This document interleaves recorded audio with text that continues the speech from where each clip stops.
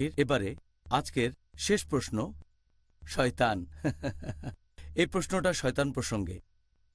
শয়তান মাত্র একবার আল্লাহকে অমান্য করেছে, এজন্য সে অভিশপ্ত।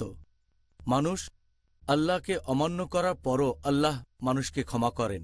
তিনি ক্ষমা করেন যদি মানুষ তওবা করে। আজকে ইবলিস শয়তান তওবা করলে আল্লাহ কি তাকে ক্ষমা করবেন? যদি পবিত্র কোরআন পড়েন, আদম আলাইহিস সালাম এবং ইবলিসের গল্প কোরআনের বেশ কয়েক জায়গায় বলা হয়েছে। সূরা বাকারা অধ্যায় 2, সূরা আরফ অধ্যায় 7, সূরা হিজর অধ্যায় 15, সূরা কাফ অধ্যায় 18, অনেক জায়গায়। যদি আপনারা সেই গল্পটা পড়েন, সেখানে আদম আলাইহিস সালাম যখন তিনি তার ভুল বুঝতে পারলেন, আল্লাহর কাছে তওবা করলেন, আল্লাহ তখনই তাকে ক্ষমা করে দিলেন। এছাড়া হাওয়া আলাইহিস সালামকে আল্লাহ ক্ষমা করলেন।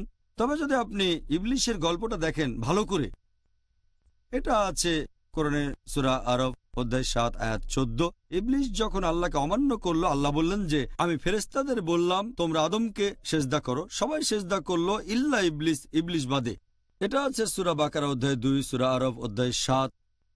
তবে আল্লাহর কাছে তওবা করার বদলে ইবলিস বলল, এটা আছে সূরা আরফ অধ্যায় 7 আয়াত 14, যে পুনরুত্থানের দিবস পর্যন্ত তুমি আমাকে অবকাশ দাও।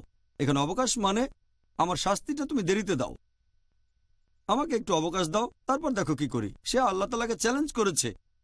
চ্যালেঞ্জ করলাম, আল্লাহ বলেন সূরা আরফ অধ্যায় 7 আয়াত 18, ইবলিসকে অবকাশ দিয়ে তিনি বললেন যে মানুষের মধ্যে যারা তোমাকে অনুসরণ করবে আমি তোমাদের সকলকে দিয়ে জাহান্নাম পূর্ণ করব।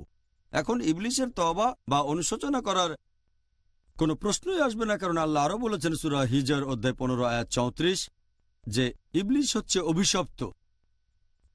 আল্লাহ তাআলা ভবিষ্যৎ সম্পর্কে জানেন যেগুলো দেখা যায় না, তাই আল্লাহ আগে থেকে জানেন যে এই ইবলিস কখনোই তওবা করবে না। আল্লাহ পবিত্র কোরআনে বলেছেন সূরা বাকারা অধ্যায় 2 আয়াত 7 ও 8, আল্লাহ বলেছেন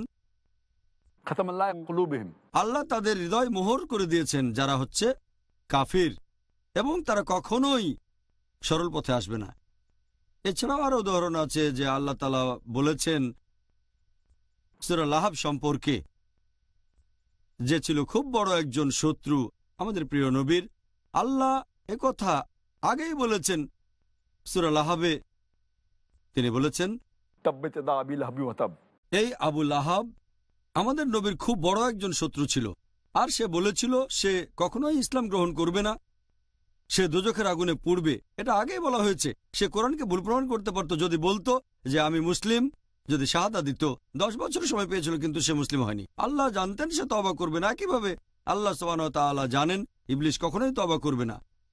সেজন্য তিনি বলেছেন নিশ্চয়ই ইবলিস তোমাদের প্রকাশ্য শত্রু। আল্লাহ কোরআনে বলেছেন সূরা বাকারা অধ্যায় 2 আয়াত 167 যে হে মানুষ জাতি, সাবধান থাকো খুতুওয়াতুশ শয়তানের ব্যাপারে, মানে শয়তানের পদচিহ্ন, কারণ নিশ্চয়ই সে তোমাদের এক প্রকাশ্য শত্রু।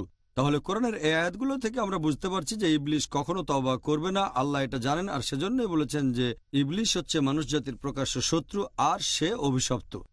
তাই ইবলিস কখনোই তওবা করবে না, ক্ষমা প্রার্থনাও করবে না।